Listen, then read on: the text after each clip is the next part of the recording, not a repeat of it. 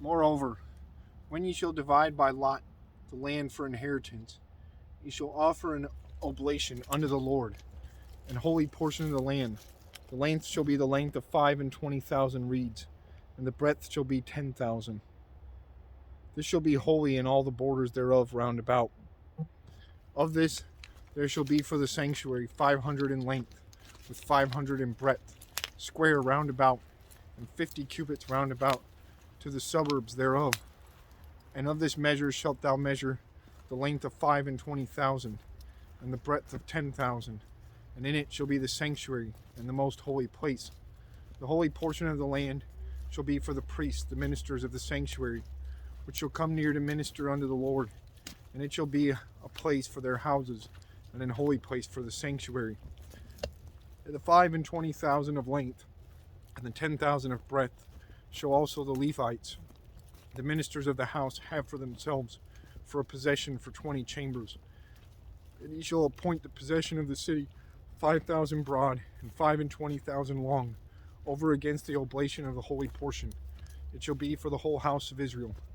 And a portion shall be for the prince on the one side, and on the other side, of the oblation of the holy portion, and of the possession of the city, before the oblation of the holy portion, and before the possession of the city, from the west side westward, and from the east side eastward. And the length shall be over against one of the portions, from the west border unto the east border. In the land shall be his possession in Israel. And my princes shall no more oppress my people, and the rest of the land shall they give to the house of Israel, according to their tribes. Thus saith the Lord God, let it suffice you, O princes of Israel. Remove violence and spoil, and execute judgment and justice. Take away your exactions from my people, saith the Lord God. Ye shall have just balances, and a just ephah, and a just bath.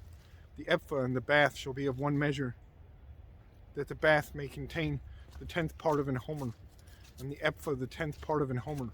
The measure thereof shall be after the homer. And the shekels shall be 20 gerahs, 20 shekels, 25 shekels. 15 shekels shall be your manna. This is the oblation that ye shall offer. The 6th part of an ephah of an homer of wheat, and ye shall give the 6th part of an ephah of an homer of barley.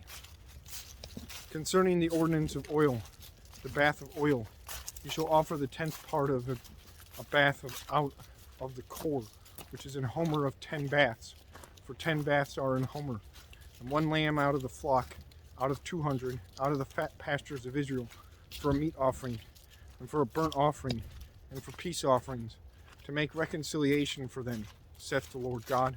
All the people of the land shall give this oblation for the prince in Israel. And it shall be the prince's part to give burnt offerings, and meat offerings, and drink offerings, in the feast, and in the new moons, and in the Sabbaths, in all the solemn nights of the house of Israel. He shall prepare the sin offering, and the meat offering, and the burnt offering, and the peace offerings, to make reconciliation for the house of Israel. Thus saith the Lord God, in the first month, in the first day of the month, thou shalt take a young bullock without blemish, and cleanse the sanctuary. And the priest shall take of the blood of the sin offering, and put it upon the posts of the house, and upon the 4 corners of the settle of the altar, and upon the posts of the gate of the inner court.